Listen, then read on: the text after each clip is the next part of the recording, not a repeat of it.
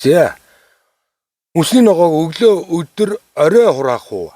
Аль үед хураавал хамгийн тохиромжтой вэ?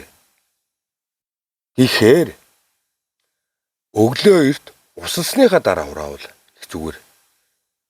Агаар халахаас өмнө. Яагаад тэгэхээр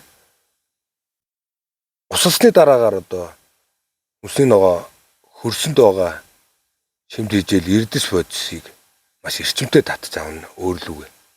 Хоёрдугаарт шөнө агаарын температур хүүтэрснээс болоод ургамлын энэ хальсны бүтц болон өөрийнх нь бүтц нь ингээд гоё хатуурчдаг. Тэгэхээр одоо салаад навч өгөрчий бол одоо жишээлбэл илэрхий мэдэгддэг гоё шажинсан амттай. Шажинсан бүтцтэй болчдөг. Хазгад шарх. Бусад ногооны хувьд бол одоо бас өндөр хаш чинжүүч гэсэн хатуу бүтцтэй байдаг. Ийм бүтц үүсгэснээрээ удаан хадгалагдах боломж олгодог ногоонд.